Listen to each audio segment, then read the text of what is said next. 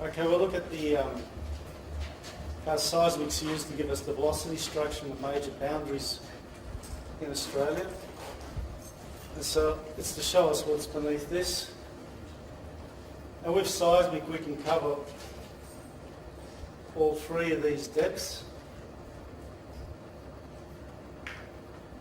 So these are the main components for defining a mineral system, and we'll be looking at this one in particular.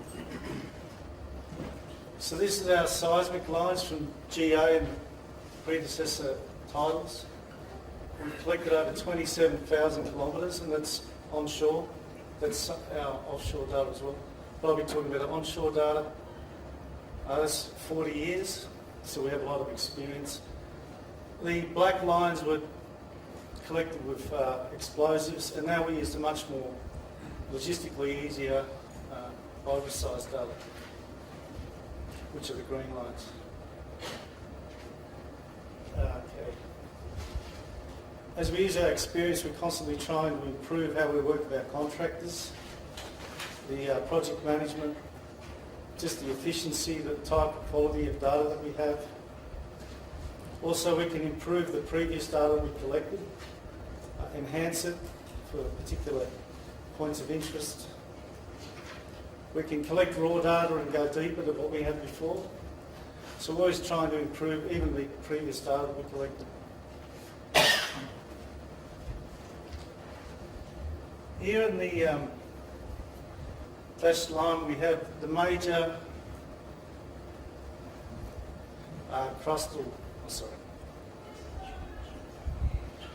the major margins here,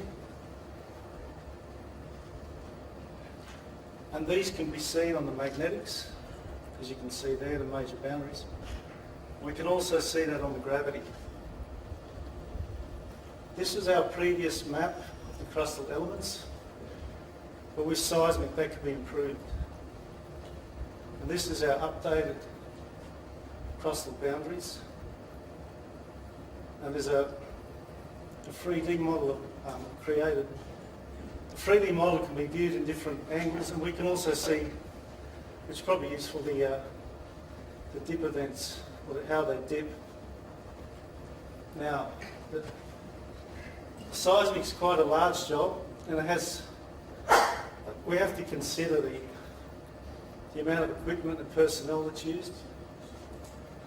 Just highlighted some of the logistics that we need to consider.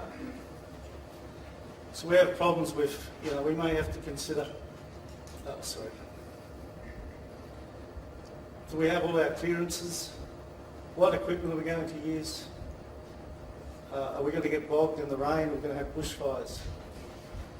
Can we bring the large trucks onto the roads? And also traffic control. And we have a crew of 40 people. How do we look after them? This is our upcoming survey, New South Wales and Victoria. And of course you can see here it can be complex. We really have to consider all these things when planning. As we plan to, we do have the expertise to consider lots of things. We have geologists here to guide it. What are our geophone spacings? We can test for the frequency ranges that we want to use for our vibra-size sweeps. Also have our seismic lines gone far enough to pick up dipping features. Also, we need people to QC the data as it comes in. Is it clean, is it good, is it bad? We need to do something to improve it. We need a specialist to make sure everything's going as planned. And then when that's all collected, we need to consider the processing, which can be complex. So the purpose of our processing is we really want to enhance the signal and remove noise. And also we want to correctly position our reflectors. So this is before migration. We want everything in the correct place.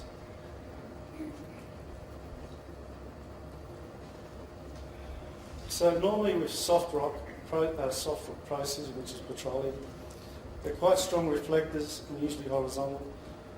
The difference with our hard rock is we have very fast velocities We have crooked lines. They can be very long, so it changes a lot. We also collect over 20 seconds of data. And the biggest problem for us is the weak reflections at depth. This is a very simplified processing stream. Sometimes the biggest problem with our data is that it's over-processed and we can lose weak reflections or they can get smeared. This is an example of, we have a very long line and it's a crooked line. This is the red part's the road, it's been exaggerated.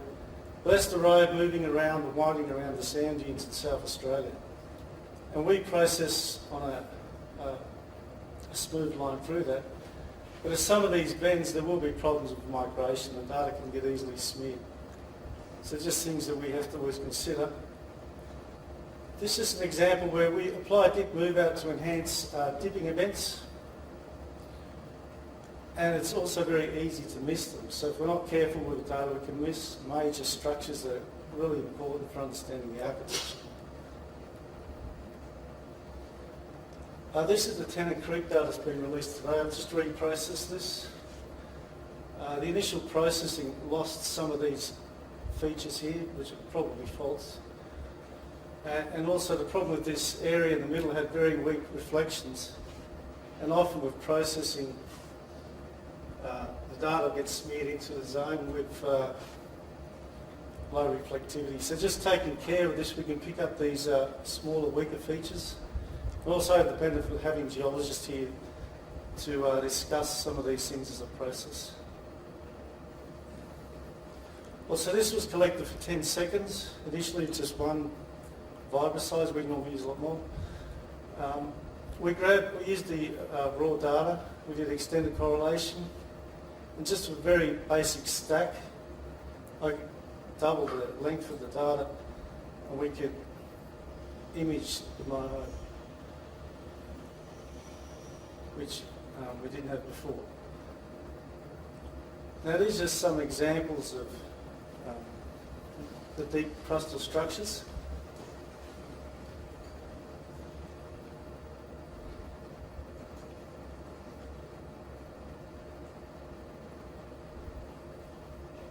And just using the different textures and the seismic, we can try and identify different regions and different zones and even the monoid itself. And here we'll have, so this is high reflectivity, it has dipping structures, and this is how this is interpreted. The Olympic Dam's interesting, was a zone with very low reflectivity, and that matched very well with the MT data.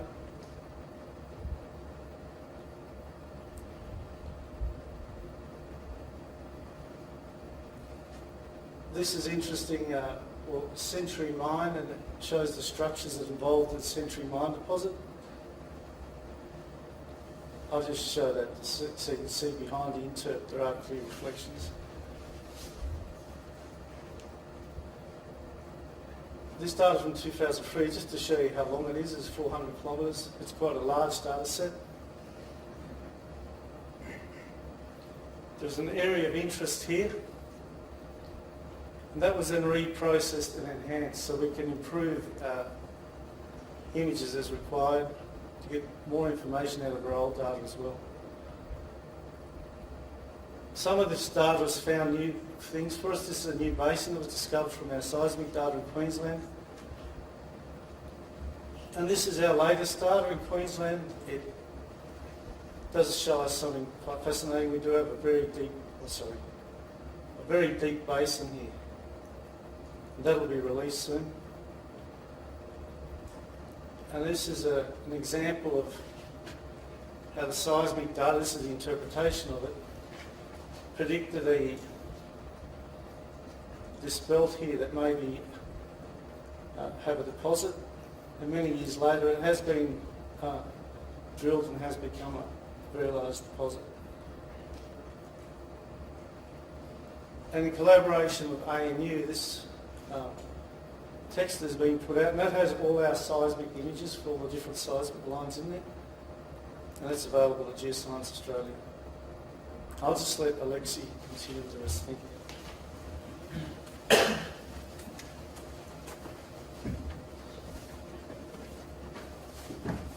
So now we move to passive seismic.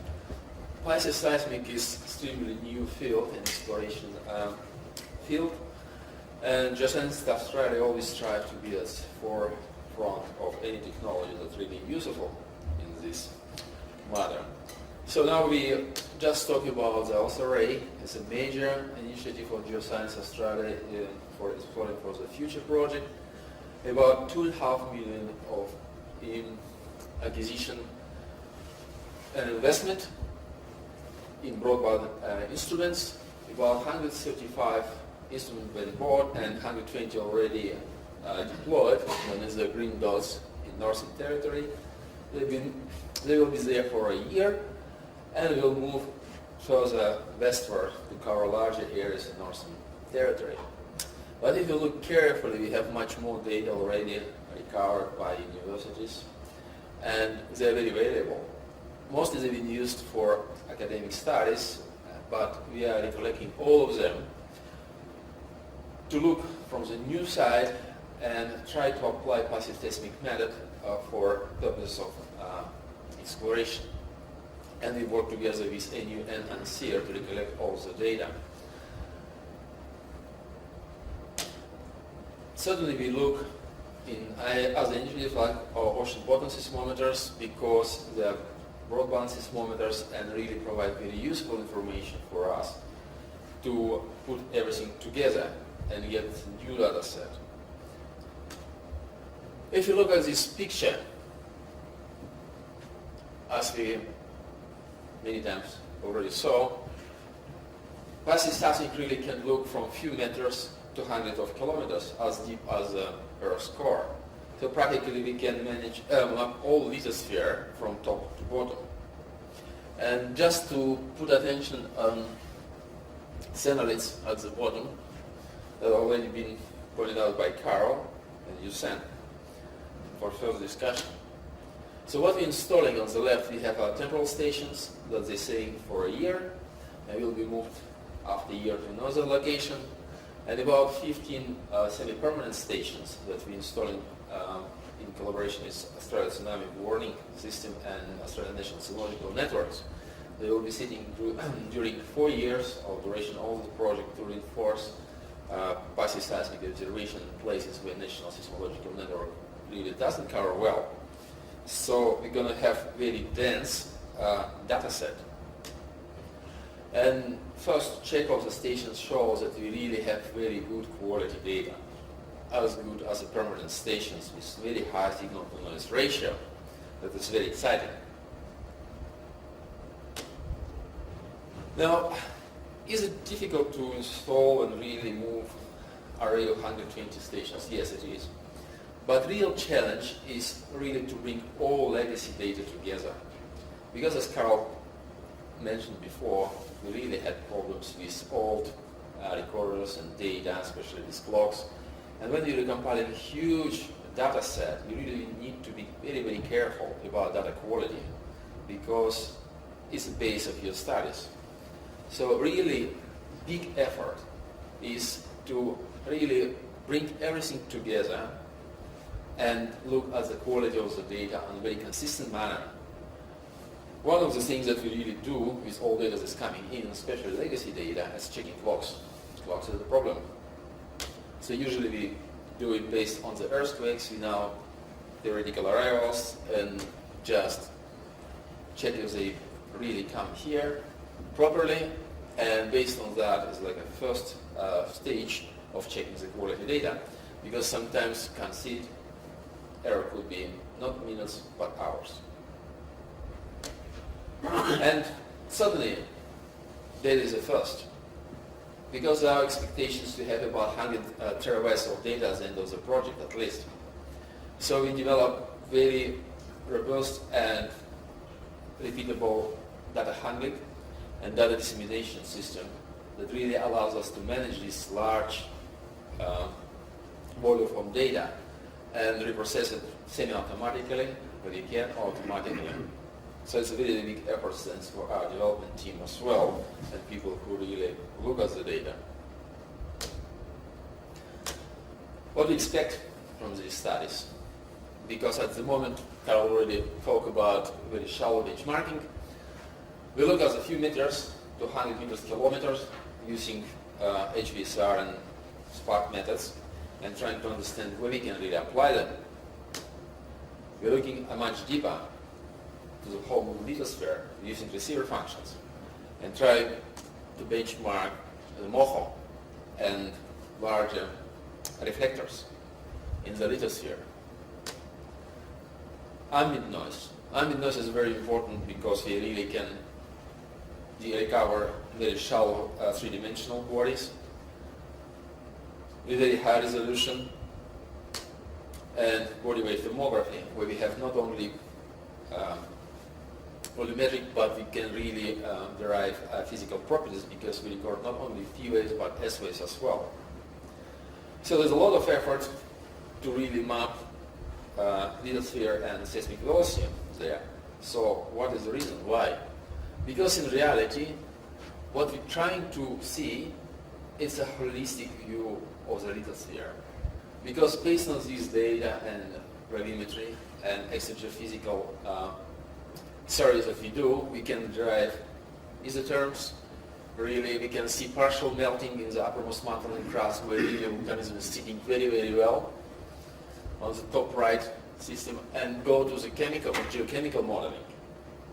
So one of the examples what we really want is on Colorado plate, I would try to put these xenoliths, yeah, on projected geothermal curve. We see how these observations really nicely sit on this curve. So we see whole lithosphere as a whole system working together. So it's very important for prediction and modeling for possible discoveries. So what is our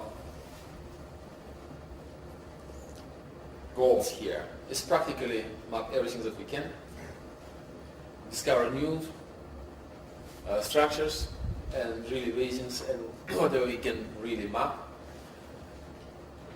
to understand better known structures from different points of view and using different kind of data, and really see how the continent was put together.